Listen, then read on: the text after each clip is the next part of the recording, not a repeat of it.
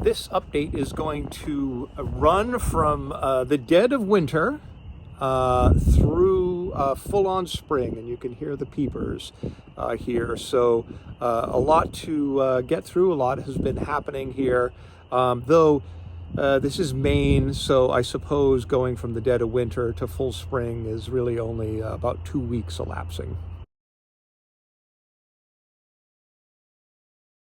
Okay, we're back up by the garage.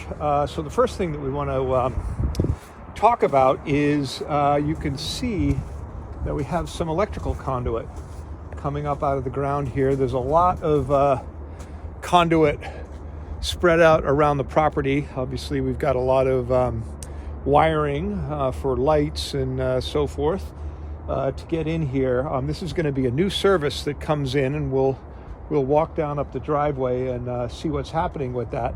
But in the meantime, one of the things that we're going to have to do is, so we're at the kind of the side of the garage here, and inside of the garage, just here, we have this exterior door in the back of the garage, and we're going to build a little electrical utility closet, utility room, shall we call it. Okay, Thursday, April 10th, and we're out of the property. We've got some nice weather and a lot of stuff going on, right? So we had looked at this conduit that's going to be the main service that runs up the road a little bit. But now the distribution for the electricity, which is going to come out of this room here, is going to come out here. And you can see that we're working. We've got ES Boulus on site, and we're now digging out the conduit channels, which is going to take the power down to the parking lot and also over here to the wells for the irrigation. So ES Boulus, Nick Marchant's group is doing well by us.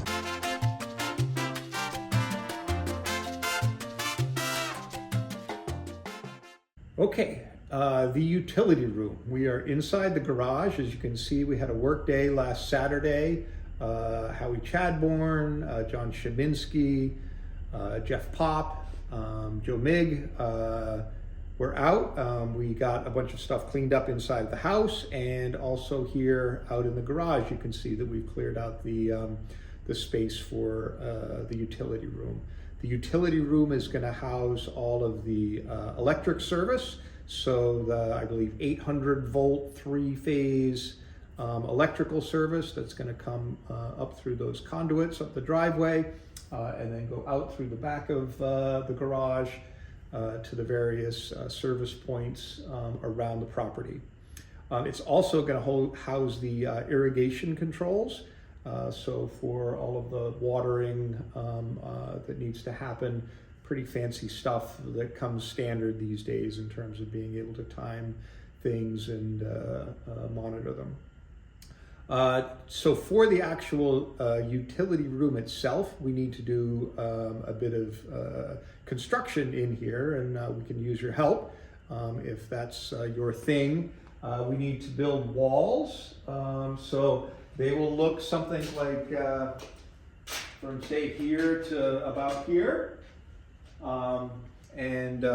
So stick walls framed out with a door. We've got a bunch of doors that we can put one in here, so we have an interior door and an exterior door. And then we need 5/8 sheetrock on the walls and the ceiling. So that is what we're looking for here. Please reach out to me, put a comment down below if you are capable and willing to help out with us doing that. And now let's go talk about the parking lot and the driveway. Because of the challenges with the wetlands on our site and the stormwater management plan that we had to put together, it requires us to install so-called pervious pavement rather than just regular impervious pavement where the water just runs off of it. With the pavement that we're installing, the water actually finds its way down through the pavement into the substrate below. And I will put up a cross-section diagram. If you care about the details, you can see the different layers. And you can follow along at home. So the first step is they strip off the topsoil, and they've moved that out behind the house. There's a couple piles now of nice loam out there from where they stripped that down. So on top of the compacted subbase, they put down this filter fabric, this black filter fabric. You can see the guys installing here. And on top of that go those pipes. See those black pipes? Those are the underdrain. So the water that filters down through all of these different layers will eventually end up into those black pipes, which run all the way along the driveway, all the way through the parking lot, and out the back into the wetlands that are on the south end of the main pitch.